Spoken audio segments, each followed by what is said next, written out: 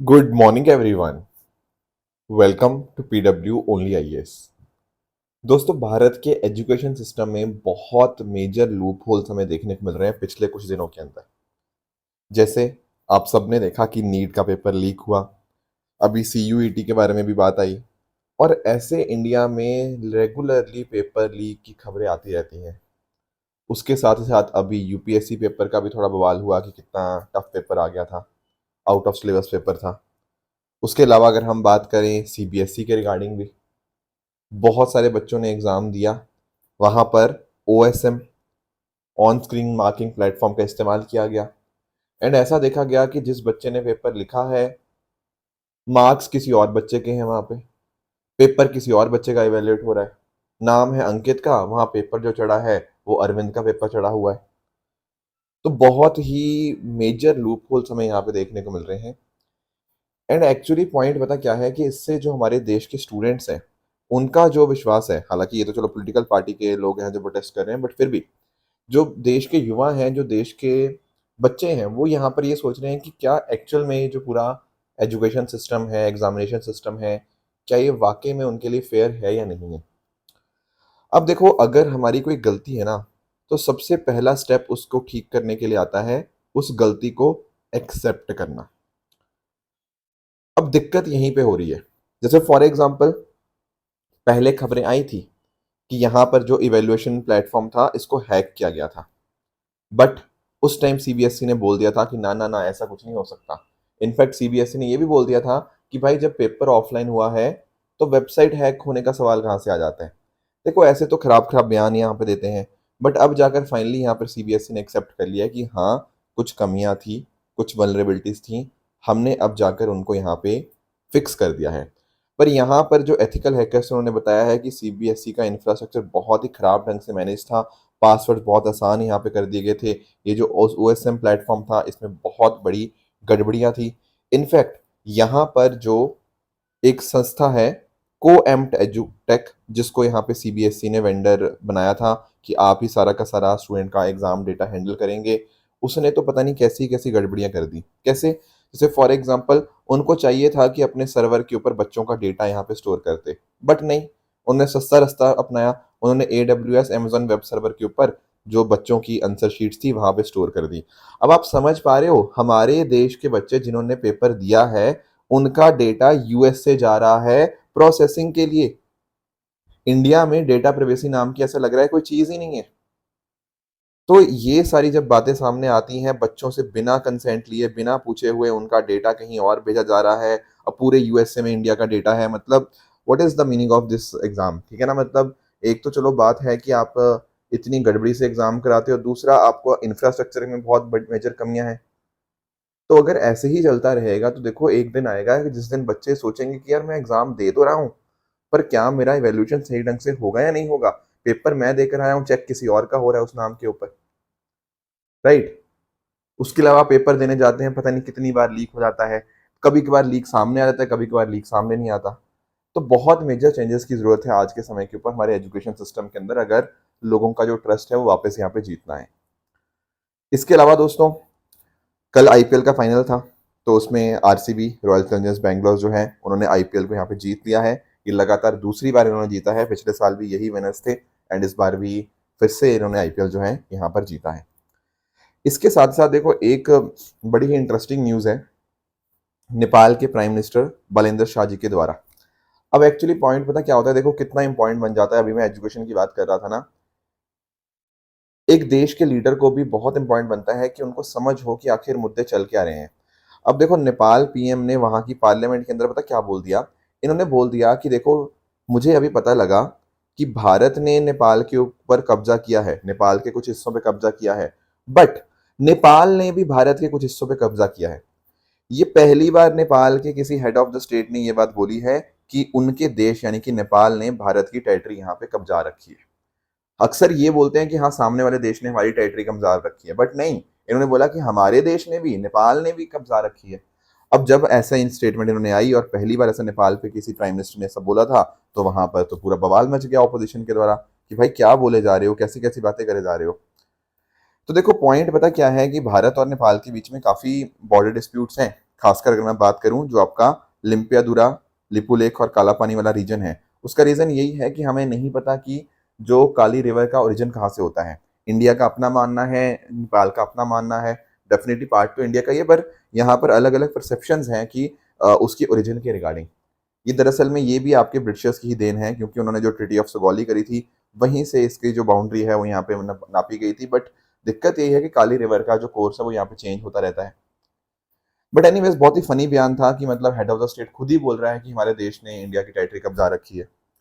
देखो होगा कुछ नहीं ऐसे बयानों से, ठीक है ना। बहुत ही कंट्रोवर्शियल से बयान यहाँ पे देते जा रहे हैं। यहाँ पे जो प्राइम मिनिस्टर है इनके, फिर कभी कभार हमारा जो फॉरेन सेक्रेटरी मिलने गए थे इनसे, तो उन्होंने मिलने से मना कर दिया था कि नहीं नहीं हमारे रुतबे का कोई इंसान लाओ तब जाके मिलेंगे। तो बहुत ही फनी स्टेटमेंट्स आती रहती हैं नेपाल के प्राइम मिनिस्टर की भी, तो ठीक है ना, तो वो चीज़ चलती रहेंगी।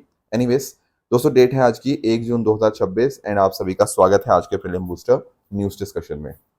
स्टार्ट करने से पहले दोस्तों मैं आप सबको बता दूं कि जो बिगेस्ट यूपीएससी फेस्टिवल है, प्रतिज्ञा दिवस, वो यहाँ पर आ रहा है 5 जून को।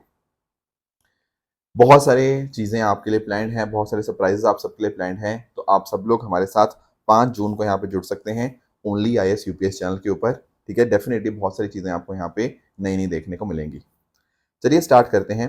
पहला जो टॉपिक आज हमें डिस्कस करना है वो है लॉजिस्टिक पोर्ट परफॉर्मेंस इंडेक्स के बारे में। देखो लॉजिस्टिक परफॉर्मेंस इंडेक्स अलग होता है, लॉजिस्टिक पोर्ट परफॉर्मेंस इंडेक्स ये दूसरा इंडेक्स है। देखो पोर्ट परफॉर्मेंस, हमारे अलग अलग पोर्ट्स कितना अच्छा काम कर रहे हैं, इसको नापने के लिए ministry of ports, shipping and waterways के द्वारा ये इंडेक्स निकाला गया है। अब सवाल आता है कि कैसे पता लगेगा भाई पोर्ट अच्छा काम कर रहा है या पोर्ट खराब काम कर रहा है।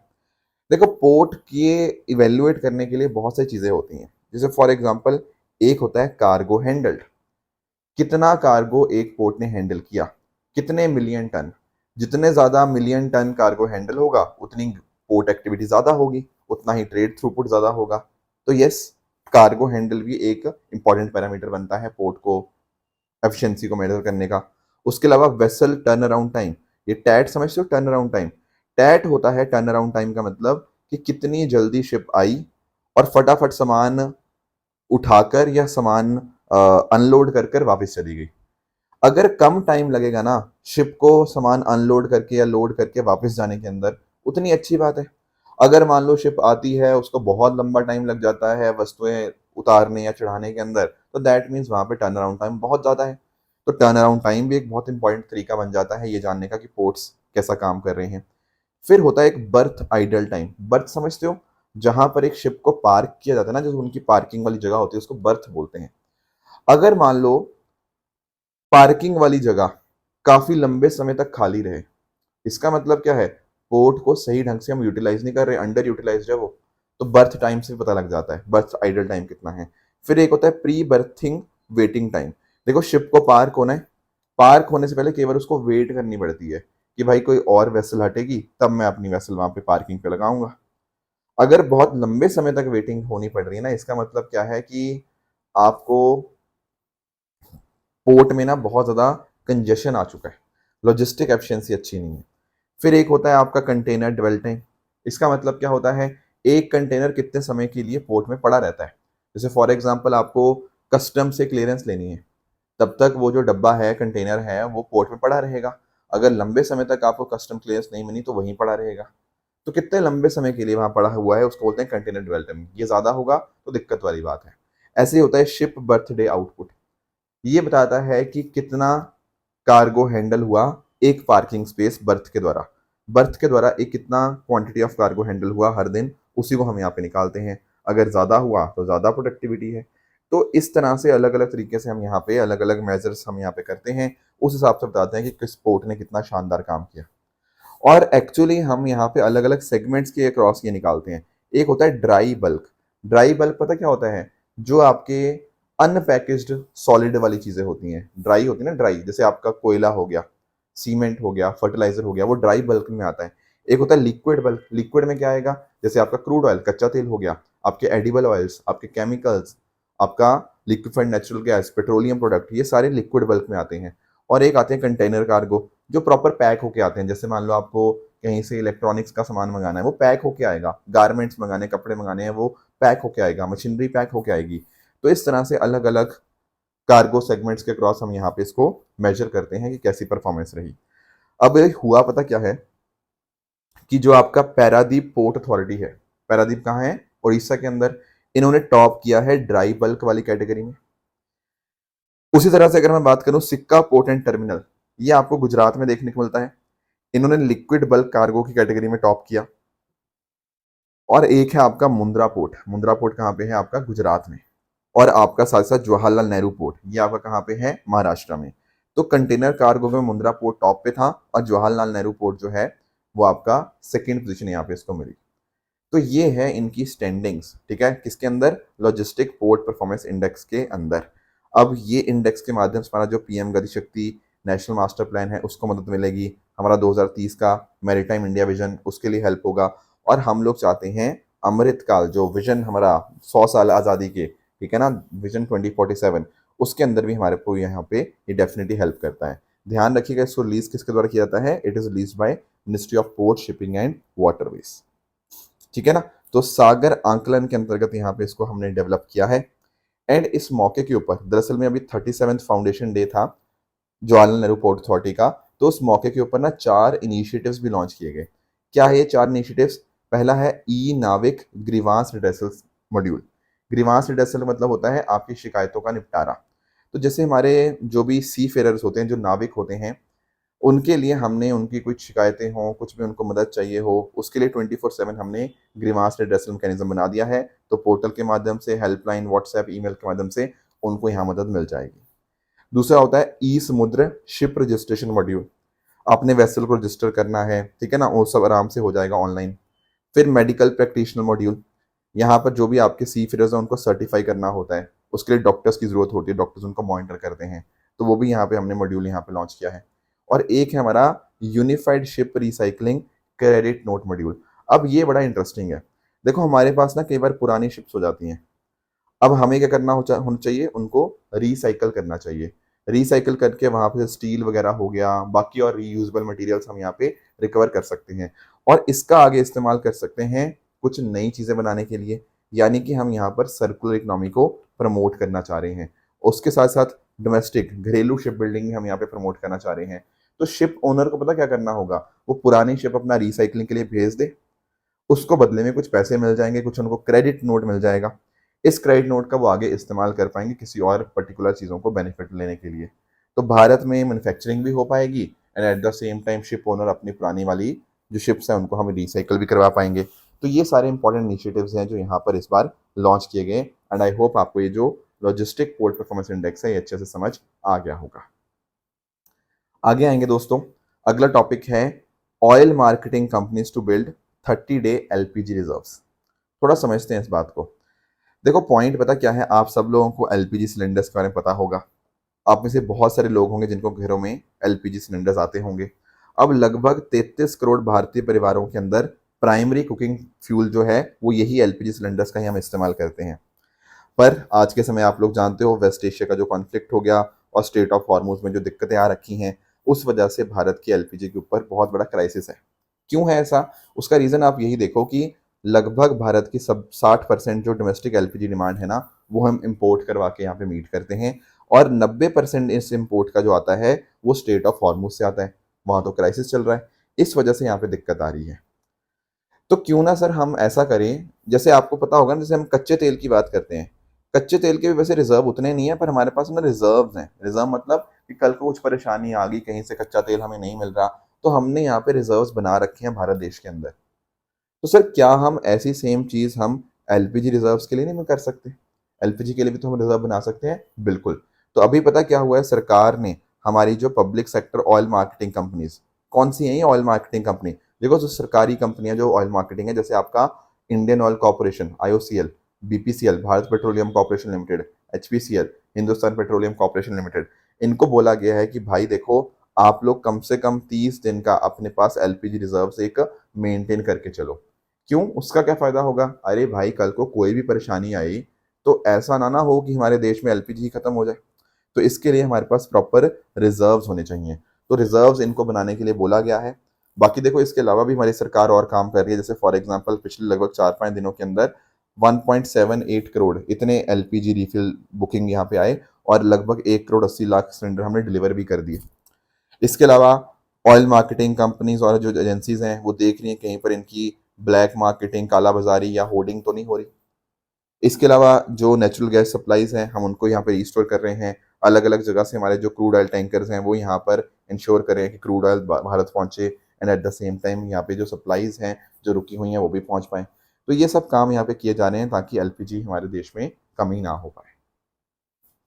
आगे आएंगे दोस्तों, नेक्स्ट टॉपिक हमारे सामने है अहिल्या बाई होलकर जी के बारे में।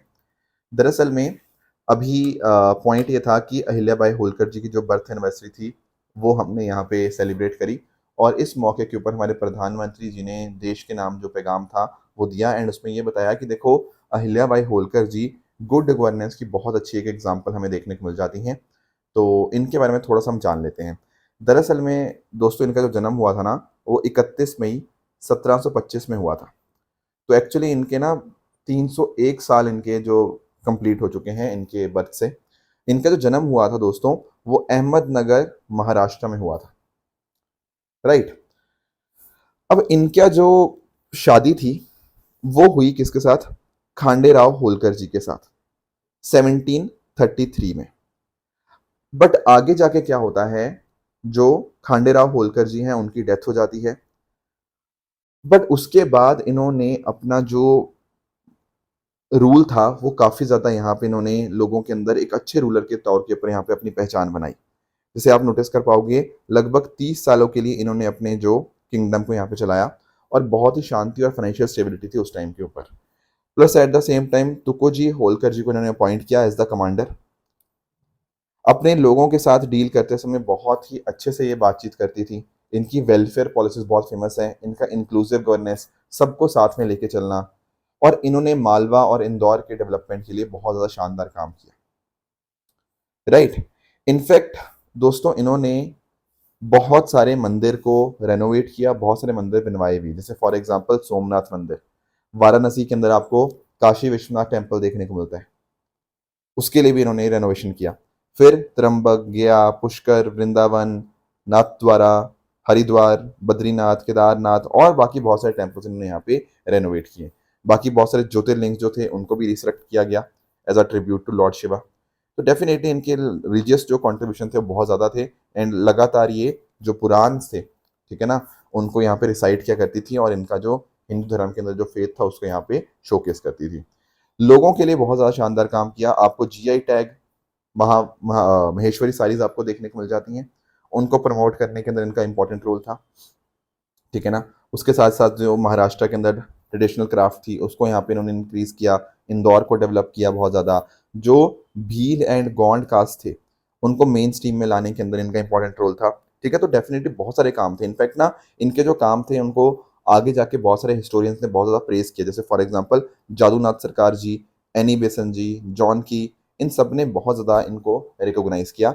एंड जॉन की अगर हम बात करें तो इन्होंने यहाँ पे इनको टाइटल दिया द फिलोसफर क्वीन का। तो इनके जो कॉन्ट्रीब्यूशन से देखो डेफिनेटली बहुत ज़्यादा इंपॉर्टेंट है। एंड प्रधानमंत्री मोदी जी ने भी इनको बोला कि सोशल जस्टिस, इकोनॉमिक डेवलपमेंट और कल्चर को प्रिजर्व करने के अंदर इनका बहुत शानदार रोल था एंड हमें गुड गवर्नेंस के तौर के ऊपर इनको यहाँ पे देखना चाहिए एंड इनका रोल डेफिनेटली बहुत ज़्यादा इंपॉर्टेंट बन जाता है। देखो कई बार ऐसे क्वेश्चन आपके प्रीलिम्स में आ जाते हैं, कई बार ऐसे क्वेश्चन मेंस में भी आ जाते हैं, ठीक है। कई बार ऐसा होता है कि मेंस में वो आपकी इनकी टीचिंग्स के बारे में आपसे पूछ लेगा। तो ये सारे कॉन्सेप्ट्स आपको यहाँ पे थोड़ा सा इस्तेमाल करने होंगे डायरेक्टली या इनडायरेक्टली, जो कि आपको मदद कर पाए। आगे आएंगे दोस्तों, अगला टॉपिक हमारे सामने है ऑपरेशन अंतिम प्रहार। अब इसको मैं थोड़ा समझा देता हूँ। देखो महाराष्ट्र के अंदर एक डिस्ट्रिक्ट आपको देखने को मिलता है गढ़चिरौली। अब ये जो गढ़चिरौली डिस्ट्रिक्ट है ये इन फेमस था बिकॉज ऑफ नक्सलाइट्स। बट हमारे जो जवान हैं उनके बहुत ज़्यादा कंट्रीब्यूशन की वजह से क्या हुआ है कि गढ़चिरौली को एक्टिव नक्सलाइट प्रेजेंस से फ्री डिक्लेयर कर दिया गया है। बहुत सारे सक्सेसफुल अरेस्ट हुए यहाँ पे, बहुत सारे नक्सलाइट्स यहाँ पे सरेंडर कर दिया। तो लेफ्ट विंग एक्सट्रीमिज्म को खत्म करने के अंदर हमारी महाराष्ट्र पुलिस ने बहुत शानदार रोल यहाँ पे प्ले किया है और इसी ऑपरेशन का नाम था ऑपरेशन अंतिम प्रहार, ठीक है ना। तो बहुत सारे नक्सलाइट्स को यहाँ पे कैश के साथ, वेपन्स के साथ, एमुनेशन के साथ, गोला बारूद के साथ यहाँ पे उनको रिकवर किया गया, उनको अरेस्ट किया गया एंड इस तरह से ऑपरेशन बहुत सक्सेसफुल देखने को मिला है ऑपरेशन अंतिम प्रहार इन गढ़चिरौली, महाराष्ट्र। नेक्स्ट आएंगे, अगला टॉपिक हमारे सामने है national e governance service delivery assessment 2025। थोड़ा इसको डिस्कस करते हैं कि आखिर ये क्या है। देखो एक्चुअली पॉइंट पता क्या है, सबसे पहले तो समझो कि इसके लिए एंटिटी कौन सी रिस्पॉन्सिबल है। It is department of administrative reforms and public remarks. ये जो डिपार्टमेंट है इसके द्वारा लाया जाता है national e governance service delivery assessment. अब देखो नाम से ही आप क्लियर हो चुके होंगे कि कौन सा डिपार्टमेंट, कौन सी मिनिस्ट्री कितना अच्छा काम कर रही है ई गवर्नेंस को लेके, वो यहाँ पर हम देखते हैं। जैसे अगर मैं बात करूँ ना, तो इन्होंने इस बार पता क्या देखा, इन्होंने देखा कि यार जो स्टेट्स एंड यूटीज़ हैं उनके लिए 59 जो मैंडेटरी सर्विसेज हैं उनका, और सेंट्रल मिनिस्ट्रीज और डिपार्टमेंट्स के लिए 43 मैंडेटरी सर्विसेज, उनमें ये कितना अच्छा काम कर रहे हैं। जैसे फॉर एग्जांपल इनके जो भी पोर्टल्स वगैरह होंगे उनमें कितना कंटेंट एक्सेसिबल है, कंटेंट अवेलेबल है या नहीं है, कितना अच्छे से इस्तेमाल उनको किया जा सकता है, क्या डेटा प्रॉपरली सिक्योर और प्राइवेट उसका डेटा प्राइवेसी का ध्यान रखा जा रहा है, नहीं रखा जा रहा है ना। ये सारे अलग अलग कितना टेक्नोलॉजी को अच्छे से इम्प्लीमेंट किया जा रहा है, उस बेसिस के ऊपर यहाँ पर ये असेस करते हैं कि कौन सी मिनिस्ट्री, कौन सा डिपार्टमेंट कितना अच्छा और कितना शानदार यहाँ पे कर रहा है। मिनिस्ट्री ऑफ कॉर्पोरेट अफेयर्स की सर्विसेज को भी इस बार यहाँ पे हमने इंक्लूड किया, तो उसको भी यहाँ पे देखा गया। अब इसमें देखा जाता है कि सरकार सिटीजन्स के साथ और सरकार बिजनेस, जो गवर्नमेंट टू सिटीजन सर्विसेज हैं और गवर्नमेंट टू बिजनेस सर्विसेज, उनमें कैसा काम कर रही हैं। गवर्नमेंट टू सिटीजन में क्या होता है, जैसे आप मान लो आपको पासपोर्ट चाहिए अपना, ठीक है ना, तो आप ऑनलाइन जाके पासपोर्ट अप्लाई करोगे, कितना आसान है ये सिस्टम या कितना मुश्किल है वो देखा जाएगा। ऐसे किसी बिजनेसमैन को हो सकता है अपना कोई क्लियरेंस सर्टिफिकेट चाहिए हो, राइट। तो ये सारी चीज़ें, ये सारी फैसिलिटीज़ कितनी ज़्यादा एक्सेसिबल हैं, राइट, उसको यहाँ पे देखा जाता है। तो देखा जाता है कि ऑनलाइन सर्विस, एक्चुअली पता क्या है, यूएन का एक ई गवर्नमेंट सर्वे है, उसका ऑनलाइन सर्विस इंडेक्स है, हमने वहाँ से ये चीज़ सीखी और उसको अपने हिसाब से भारत की ज़रूरतों के हिसाब से हमने उसमें चेंजेस किए। तो उसमें पूरा का पूरा देख लेते हैं कि कौन सा मिनिस्ट्री, कौन सा स्टेट, कौन सी यूटी कैसा कैसा काम कर रही हैं। वहाँ हमें पता लगता है कहाँ पर हमारे गैप्स हैं, कौन सा चीज़ अच्छा कर रहा है, उसको यहाँ पर हम और आगे यहाँ पे प्रमोट करने की कोशिश करते हैं। तो ये होता है national e governance service delivery assessment. कौन करता है ये सारा काम? Department of administrative reform and public grievance, ठीक है। ध्यान रखिएगा एक बाइनियल असेसमेंट होता है, बाइनियल मतलब ये 2 साल के बाद आपका इस तरह से असेसमेंट होता है, जो कि इन ऑनलाइन पब्लिक सर्विस डिलीवरी का यहाँ पे इफेक्टिवनेस को अंडरस्टैंड करता है, राइट। एक बात यहाँ पे और ध्यान रखना, वो ये है कि अभी यहाँ पे पता क्या हुआ है, इसी डिपार्टमेंट के द्वारा, मतलब department of administrative reform and public grievance के द्वारा एक पोर्टल लॉन्च किया गया है, national e governance service delivery assessment 2025, ठीक है ना। तो इस पोर्टल का भी यहाँ पे इस्तेमाल किया जाएगा। तो ये थोड़ा करंट अफेयर्स था, तो ये हमें पता होना चाहिए। आगे आएंगे, एक छोटा सा टॉपिक और है इंटरनेशनल सिक्योरिटी फोरम के बारे में। ये कुछ नहीं है, अभी हमारे जो नेशनल सिक्योरिटी एडवाइजर हैं अजीत डोवाल जी, वो यहाँ पर गए मॉस्को के अंदर एंड उन्होंने यहाँ पर एड्रेस किया इंटरनेशनल सिक्योरिटी फोरम को। अब समझना पहली बात तो ये है, जो इंटरनेशनल सिक्योरिटी फोरम है ना, वो कोई ऐसे एक प्रॉपर, एक जैसे नेटो होता है ना, वैसे नहीं है। नेटो तो एक प्रॉपर ऑर्गेनाइजेशन है ना, प्रॉपर आपस में मिलिट्री एक दूसरे को सपोर्ट करती है, एक मिलिट्री अलायंस है। आईएसएफ ऐसा कुछ नहीं है। आईएसएफ सिर्फ एक प्लेटफॉर्म है, एक सिक्योरिटी डायलॉग प्लेटफॉर्म, जहां पर दुनिया भर के अलग अलग देश, उनके policy makers, military leaders, diplomats, think tank, वो साथ में आते हैं। एक प्लेटफॉर्म मिलता है टेररिज्म के लिए डिस्कशन करने के रिगार्डिंग, है ना, ग्लोबल सिक्योरिटी के रिगार्डिंग। तो इसको यहाँ पे 2016 में यहाँ पे एस्टेब्लिश किया गया था। तो यहाँ पर क्योंकि रशिया मॉस्को में हो रहा था, तो बहुत सारी रशिया के रिगार्डिंग यहाँ पे बातचीत यहाँ पे हुई। बाकी हमारे एनएसए ने भी यहाँ पे एड्रेस किया। तो लगभग 140 कंट्रीज के रिप्रेजेंटेटिव्स आपको यहाँ पे देखने को मिल जाएंगे, जिसमें मतलब इसमें ना मेंबरशिप ऐसे फिक्स नहीं है, क्योंकि एक प्लेटफॉर्म है, यहाँ पर अलग अलग देश आते हैं, ऐसे कोई फिक्स मेंबरशिप नहीं है इसकी। तो मेंबर्स ब्रिक्स के आए, एससीओ के आए, ठीक है, ASEAN, African nations, Latin American, West Asian countries, तो इस तरह से बहुत सारा पार्टिसिपेशन था और भारत अक्सर इनमें यहाँ पे पार्टिसिपेट करता रहता है। तो एक बेसिक आइडिया ही बस इसका पता होना चाहिए इंटरनेशनल सिक्योरिटी फोरम का, राइट। तो ये कुछ टॉपिक्स है जो आज हमें डिस्कस करने थे। अब रही बात यहाँ पे ट्रू एंड फॉल्स स्टेटमेंट की, यहाँ पे आपके सामने स्टेटमेंट है, इनको पढ़िएगा, बताइएगा कौन सा सही है कौन सा गलत है। एंड जो सैटरडे मैंने आपको होमवर्क दिया था, एक था नेशनल फूड सिक्योरिटी एक्ट के बारे में, दोस्तों इसको यहाँ पे 2013 में यहाँ पे इनेक्ट किया गया था। तो पहला स्टेटमेंट अपने आप में गलत हो जाएगा। इक्विटी मार्केट की बात करें तो बिल्कुल यस, इक्विटी मार्केट एक फाइनेंशियल मार्केट है जहाँ पर पब्लिक लिस्टेड कंपनी के जो शेयर्स हैं वो खरीदे बेचे जाते हैं, दैट इज करेक्ट। सांची स्तूप की बात करें तो देखो मैंने बताया था कि ये मध्य प्रदेश का जो रायसेन डिस्ट्रिक्ट है ना, वहाँ पर पाया जाता, वहाँ पर है मतलब, तो थर्ड स्टेटमेंट इज रॉन्ग। फिर त्रिपुरा क्वीन पाइनएप्पल की बात करें तो बिल्कुल इसको यहाँ पे जीआई टैग मिला था 2015 के अंदर, ये भी अपने आप में करेक्ट है। And hydrogen fuel cell based train की अगर हम बात करें, इसको इंडियन रेलवेज ने ही डेवलप किया है through RDSO, research design and standard organization, ये भी हमने डिस्कस किया था, that is also a correct statement, right. तो ये थी हमारी आज की डिस्कशन। इसी तरह से आप सब लोग अपने एंड पे हार्डवर्क करते रहिए। All the very best and thank you so much.